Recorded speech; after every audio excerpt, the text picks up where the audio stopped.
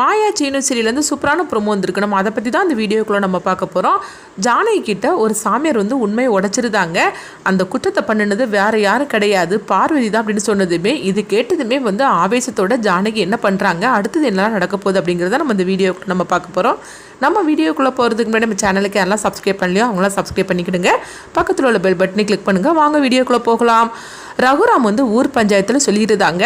இந்த கார்த்திகை திருவிழா அன்னைக்கு கண்டிப்பாக நம்ம பூமி பூஜை போட்டே ஆகும் அப்படின்னு சொல்லவும், உடனே அந்த கூட்டத்தில் இருந்து புவனேஸ்வரி ஆட்கள் ஒருத்தவங்க சொல்லிட்டு இருக்கிறாங்க, என்னங்க நீங்கள் மட்டும் அப்படி சொன்னதை தவறிட்டா என்ன பண்ணுறதுக்கு அப்படிங்கவும், இது எல்லாத்தையும் இன்னொருத்தர் வீடியோ எடுத்து அவங்க புவனேஸ்வரிக்கும் பசுபதிக்கும் போட்டு கட்டிட்டு இருக்கவும், அப்போ புவனேஸ்வரி இதெல்லாம் பார்த்துட்டு சந்தோஷப்பட்டு இருக்கிறாங்க. அப்போ இதை கேட்டதுமே ஊர்க்காரங்க இன்னொருத்தவங்க சொல்கிறாங்க,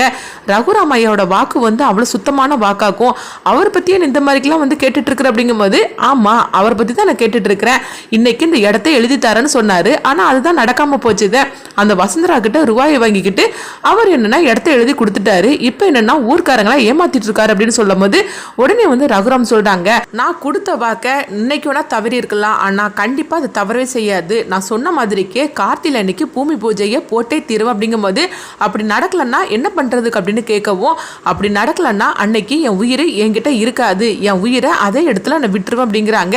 இது கிட்டதுமே மாயா சீனு சிவா மணி எல்லாருமே அதிர்ச்சி அடைகிறாங்க. அப்போ ஊர்க்காரங்களோ, ஐயா அந்த மாதிரி ஒரு வார்த்தையை நீங்கள் சொல்லாதீங்க அப்படிங்கும்போது, இல்லை நான் சொன்னது தான் அப்படின்னு சொல்லிக்கிட்டு ரகுராம் ஆவேசத்தோட போகவும், அடுத்து பார்த்தோம்னா சிவாவும் மணியும் சொல்கிறாங்க, இந்த நிலைமைக்கு கொண்டுட்டு அந்த வசுந்தராவை சும்மா விடக்கூடாது, அண்ணனை ஏமாற்றி இந்த மாதிரிக்கு இந்த இடத்த எழுதி வாங்கியிருக்கிறா, அவளை சும்மா விடக்கூடாது, ஊர்க்காரங்களை 5-6 பேரை கூட்டிட்டு போய் இன்னைக்கு அவளை என்ன பண்ணணும் பாருங்க அப்படிங்கும்போது, ஆமாம் மாப்பிள்ள நீ சொல்கிறதான் கரெக்ட் அப்படின்னு சொல்லிட்டு சிவாவும் மணியும் பார்த்தோம்னா ஊர்க்காரங்களை ஒரு 5-6 பேரை அழைச்சிக்கிட்டு அவங்க வசுந்தராவை பார்க்கறதுக்காக போகவும், இங்கே பார்த்தோம்னா புவனேஸ்வரி தான் காட்டுறாங்க. அப்போ புவனேஸ்வரி சொல்கிறாங்க, கண்டிப்பாக அந்த இடம் ரகுராம் கைக்கு வராது, அதனால ரகுராம் சொன்ன மாதிரிக்கு அன்னைக்கு கார்த்திகை அன்னைக்கு அவன் உயிரை தான் விட போகிறான், அதுக்கு என்னென்ன ஏற்பாடு பண்ணணுமோ அது எல்லாத்துக்கும் நீ ஏற்பாடு பண்ண அப்படிங்கவும், உடனே பசுபதி இப்போமே நான் ஃபோனை பண்ணி ஏற்பாடு பண்ணிடுறேன்னு சொல்லிட்டு உடனே ஃபோனை பண்ணிவிட்டு அவங்க அன்னைக்கு ஒருத்தரோட கதை முடிய போகுது, அதனால மாலைக்கெல்லாம் ரெடி பண்ணிடு அப்படிங்கவும், உடனே அவரும் சரி அப்படிங்கிறாங்க.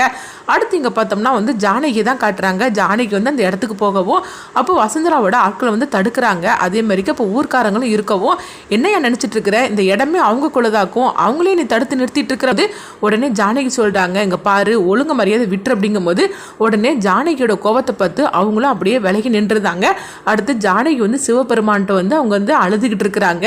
என்ன கடவுளே உனக்காக தானே இந்த இடத்த எழுதி கொடுக்குறேன்னு அவர் சொல்லியிருந்தாரு, ஆனால் இன்னைக்கு இப்படிலாம் நடந்து போச்சதே, அவருடைய கையெழுத்தும் கைரேகையும் வச்சு தானே அந்த வசுந்தரா இந்த இடத்தை இப்போ அவளுக்கு சொந்தன்னு சொல்லிட்டு எழுதிக்கிட்டா, ஆனால் கண்டிப்பாக இதுக்கு காரணமானவங்க யாருன்னு சொல்லிட்டு நீ எனக்கு கண்டுபிடிச்சு கொடுக்கணும், அது வரைக்கும் இந்த இடத்த விட்டு நான் நகல மாட்டேன், தண்ணி கூட நான் குடிக்க மாட்டேன், இந்த இடத்துலையே நான் உயிரை கூட விட்டுரும் அப்படின்னு சொல்லிட்டு அவங்க கையில் கற்பூரம் ஏற்றி அவங்க சிவபெருமானுக்கு அவங்க காட்டிட்டு இருக்கிறாங்க. அடுத்தது அங்கே பார்த்தோம்னா வசுந்தராவை தான் காட்டுறாங்க. அந்த ஆபீஸுக்கு சிவாவும் மணியும் ஊர்க்காரங்களே அழைச்சிக்கிட்டு அங்கே கலாட்டை பண்ணுறாங்க. உடனே வசுந்தரா அதிகாரிகளுக்கு ஃபோன் பண்ணி வரவழைக்கவும், உடனே அவங்களும் வந்துருந்தாங்க, என்ன நினச்சிட்டு இருக்கிறீங்க, கலாட்டை பண்ணிட்டு இருக்கிறீங்களா, உங்க 2 பேரையும் நம்ம அரெஸ்ட் பண்ண போறோம் அப்படிங்கும்போது, அப்போ சிவாவும் மணியும் சொல்றாங்க, இந்த மாதிரி இடத்த எங்க அண்ணன் கிட்ட இருந்து ஏமாத்தி வாங்கியிருக்கிற அப்படிங்கவோ, அப்படின்னா நீங்க கம்ப்ளைண்ட் தானே பண்ணியிருக்கணும், எதுக்காக இப்படி நீங்க அடிச்சுக்கிட்டு இருக்கிறீங்க, இப்படி நீங்க அடிச்சு உடைச்சிட்டீங்கன்னா எல்லாம் சரியாயிருமா என்ன, எது தப்பு ரைட்டுன்னு நீங்க கோர்ட்டுக்கு தான் போய் முடிவு பண்ணணுமே தவிர நீங்க அதுக்காக இந்த மாதிரிலாம் நீங்க பண்ணிட்டு இருக்க கூடாது, உங்களை நான் அரெஸ்ட் பண்றேன் அப்படின்னு சொல்லிக்கிட்டு அவங்க இந்த மாதிரி சொல்லிட்டு இருக்கவும், அடுத்தது எங்க பார்த்தோம்னா ரகுராம தான் காட்டுறாங்க.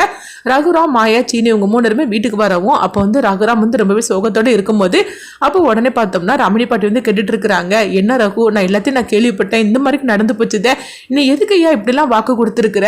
அதாவது கார்த்திகை அன்னைக்கு இந்த இடத்துல பூமி பூஜை பண்ணலன்னா உன் கதையை நீ முடிச்சுக்கிடுவேன்னு சொல்லி ஊர் பஞ்சத்துன்னு சொல்லி இருக்கிற, எதுக்கு நீ அப்படிலாம் நீ சொல்ற பெரிய பெரிய வார்த்தையெல்லாம் அப்படின்னு சொல்லும் போது, இல்லம்மா நான் கொடுத்த வாக்கு இன்னைக்கு தவறி போச்சுது, ஆனா அதே மாதிரிக்கு பூமி பூஜை நான் கார்த்திகை அன்னைக்கு நான் போடுவேன்னு சொல்லியிருக்கிறேன், அது மட்டும் தவறிச்சுன்னா என் உடம்புல என் உயிர் இருக்காது அப்படின்னு ரகுராம் சொல்லவும், இது கேட்டதுமே ரமணி பாட்டி அழ ஆரம்பிச்சிடவும், அப்போ மாயாவும் சீனவும் என்ன பண்றதுக்கு தெரியலையே, இது எப்படி நடந்துருச்சுன்னு தெரியல, ஆனா எப்படியாவது பெரியப்பா சொன்ன மாதிரிக்கே அந்த கார்த்திகை அன்னைக்கு நம்ம பூமி பூஜை போட்டே ஆகணும், இதுக்கு நம்ம ஏதாவது பண்ணணும்னு சொல்லிட்டு மாயா சீனும் அவங்களும் ஒரு பக்கம் திட்டம் போட்டுட்டு இருக்கவும், இன்னொரு பக்கம் பார்த்தோம்னா பத்மா பார்வதிட்ட கேட்டுட்டு இருக்கிறாங்க, ஆமா பார்வதி கொத்து சாவி உன் கையில தானே இருக்குது, அப்படி இருக்கும்போது எப்படி பத்திரம் வெளியே போயிருக்க முடியும் அப்படின்னு சொல்லவும் இது கேட்டதுமே பார்வதி அதிர்ச்சி அடைகிறாங்க.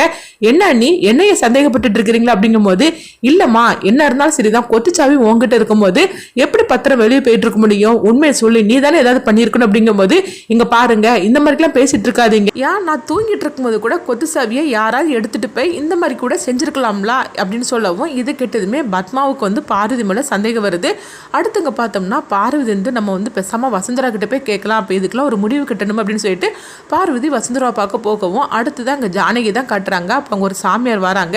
வந்ததுமே ஜானகி வந்து அழுதுகிட்டு இருக்கிறத பார்த்துட்டு அப்போ வந்து அவங்க சாமியார் சொல்கிறாங்க, எங்க பாருமா உன்னுடைய வேண்டுதலுக்கு எல்லாம் இப்போ முடிவு வரப்போகுது அப்படிங்கும் போது உடனே வந்து சாமியார்கிட்ட அவங்க அழுதுகிட்டே கேட்டுட்டு இருக்கிறாங்க, இந்த மாதிரி நடந்து போச்சுது, ஆனால் இது யார் பண்ணினாங்கன்னு எனக்கு தெரியாமல் நான் அந்த இடத்த விட்டு போக மாட்டேன் அப்படிங்கும் போது, நீ கும்பிடுற சிவபெருமான் பக்கத்தில் யார் உட்காந்துருப்பாங்களோ அவங்க பேருடையவங்க தான் இந்த மாதிரி செஞ்சுட்டாங்க அப்படிங்கவும் இதை கேட்டதுமே உடனே அவங்க ஜானகி யாருன்னு சொல்லி பார்க்கும்போது அப்போ பார்வதி தேவியை தான் சொல்லிட்டு இருக்கிறாங்க. சிவபெருமான் பக்கத்தில் இருக்கிறது பார்வதி தேவி தானே, அப்போ நம்ம வீட்டில் இருக்கிற அந்த பார்வதி தான் பண்ணியிருக்கிறாள் அப்படின்னு சொல்லிட்டு உடனே வந்து ஜானகி ஆபீஸத்தோடு அங்கே போகவும் அப்போ பார்வதி வந்து வசுந்தராவோட ஆபீஸுக்கு போகிறத அவங்க பார்த்துருந்தாங்க. பார்த்ததுமே எங்கே போகிறா அப்படின்னு சொல்லிட்டு அவங்களும் ஃபாலோ பண்ணிட்டு அங்கே போகவும் அப்போ நேராக வசுந்தராவை பார்க்கறதுக்காக தான் அவங்க பார்வதி போகிறாங்க. அப்போ வசுந்தராவும் பார்வதியும் பேசிட்டு இருக்கிறத ஜன்னல் விளையாட்டு அவங்க ஜானகி வந்து பார்த்துட்டு இருக்கிறாங்க. அப்போ பார்வதி வந்து வசுந்தரா கிட்ட சொல்கிறாங்க, எங்க பாருங்க மேடம், நான் வந்து எங்கள் மாமா கிட்ட இருந்து அந்த பத்திரத்தையும் அவர்கிட்ட இருந்து கைரேகையும் எடுத்துக்கொண்டு நான் உங்ககிட்ட கொடுத்தேன், இப்போ அதனால எங்கள் வீட்டில் ஏராளமான பிரச்சனை அப்படிங்கிறாங்க, நீங்கள் கொடுத்த அந்த 10 கோடி ரூபா பணத்துக்காக தான் நான் பண்ணினேன், ஆனால் நீங்கள் எனக்கு வந்து பணம் தரவே இல்லையே, இப்போ பணத்தை தாங்க அப்படின்னு சொல்லி கேட்டுட்டு இருக்கவும் இது எல்லாத்தையும் ஜானகி கேட்டுருந்தாங்க. அட கடவுளே, அப்போ நீ தான் கூட இருந்தே இந்த துரோகத்தை பண்ணியிருக்கிறியா, உனக்கு எவ்வளோ தைரியம் அந்த மாதிரி பண்ணியிருப்ப அப்படின்னு சொல்லிட்டு இருக்கும் போது உடனே ஜானகி வந்து பார்த்தோம்னா அவங்க பார்வதி நீ தான் பண்ணினியான்னு சொல்லிட்டு வந்து அவங்க கேட்கவும் உடனே பார்வதி வந்து திரும்பி பார்க்குறாங்க. பார்க்கும்போது ஜானகி இங்கே இருக்கிறாங்க. அது வசுந்தராவும் பார்த்துருந்தாங்க. ஜானகி நம்ம பேசின எல்லாத்தையும் கேட்டுட்டான்னு சொல்லிட்டு பார்வதி ஓடோடி வராங்க. ஐயோ நம்ம பேசினது எல்லாத்தையும் அவங்க கேட்டுட்டாங்க அப்படின்னு சொல்லிக்கிட்டு அடுத்ததாக பார்த்தோம்னா பார்வதி ஓடோடி வந்து ஜானகிட்ட சொல்கிறாங்க, அக்கா நீங்கள் இப்படிலாம் வந்து நான் பேசுகிறத நீங்கள் யாருக்கிட்டே சொல்லிடாதீங்கக்கா, உங்களுக்கு வேணா நான் பணம் தரேன் அப்படிங்கும்போது உனக்கு எவ்வளோ தைரியம் இருந்தால் நீ என் புருஷனுக்கே எதிராக அந்த மாதிரி செஞ்சுக்கிட்டு எனக்கே பணம் தரேன்னு சொல்லி என்னை வந்து இது பண்ணிட்டு இருப்பியா, உனக்கு எவ்வளோ தைரியம் இருக்கணும், இந்த குடும்பத்துக்குள்ளே இருந்துக்கிட்டு இவ்வளோ பெரிய துரோகத்தை பண்ணியிருக்கிறீங்க, உனக்கு அப்படி நாங்கள் என்னடி பாவம் பண்ணணும் அப்படின்னு சொல்லிட்டு இருக்கவும் உடனே பார்வதி வந்து ஜானகிக்கா இந்த விஷயத்த நீங்கள் யாருக்கிட்டே சொல்லிடாதீங்க, அவ்வளோதான், என் புருஷனுக்கு தெரிஞ்சால் அவர் என்னை வீட்டை விட்டே அனுப்பி விட்ருவார் அப்படிங்கும்போது சிவா உன்னை அடிக்கும் போது திட்டும் போது உனக்காக நானும் என் புருஷனும் பேசியிருக்கிறோம், ஆனால் இன்னைக்கு என்னன்னா என் புருஷனையே இப்படி தலைகுனியே நீ வச்சுட்டியே, அவர் வந்து சொன்ன வாக்கை காப்பாற்ற முடியலன்னு சொல்லிக்கிட்டு உயிரையே விடுறதுக்காக துணிஞ்சிட்டாரு, அந்த அளவுக்கு அவர் வந்து போயிட்டாரு, அவர் வாக்கை வந்து இந்த மாதிரிக்கு வந்து தப்பாக பயன்படுத்தி வச்சுட்டியே, நீ உனக்கு எவ்வளோ தைரியம் இருந்தால் நீ இந்த அளவுக்கு நீ போவ, பணத்துக்கு ஆசைப்பட்டு இந்த மாதிரிக்கு நீ செஞ்சுட்டியே, இன்னைக்கு கொத்து சாவி வீட்டில் உள்ள அதிகாரம் எல்லாத்தையுமே உங்ககிட்ட தானே கொடுத்துருக்குறோம், அப்படி இருக்கும்போது நீ எங்களுக்கு நீ துரோகம் பண்ணிட்டியா, உன்னை விட மாட்டேன், இப்பவுமே பாரு உன்னை பத்தின எல்லா உண்மையும் நான் சொல்ல போறேன் அப்படிங்கும்போது அப்ப பார்வதி வந்து கெஞ்சிட்டு இருக்கிறாங்க, அக்கா நான் சொல்றது கேளுங்கக்கா, தயவு செய்து நான் ஏதோ தப்பு பண்ணிட்டேன் பணத்துக்கு ஆசைப்பட்டு, ஆனா இனிமேல் நான் தப்பு பண்ண மாட்டேங்க, என்னை மாட்டி விட்டுறாதீங்க அப்படின்னு சொல்லிட்டு இருக்கிறாங்க. அடுத்துதான் வந்து என்ன நடக்க போகுதுன்னு சொல்லி வெயிட் பண்ணி பார்க்கலாம்.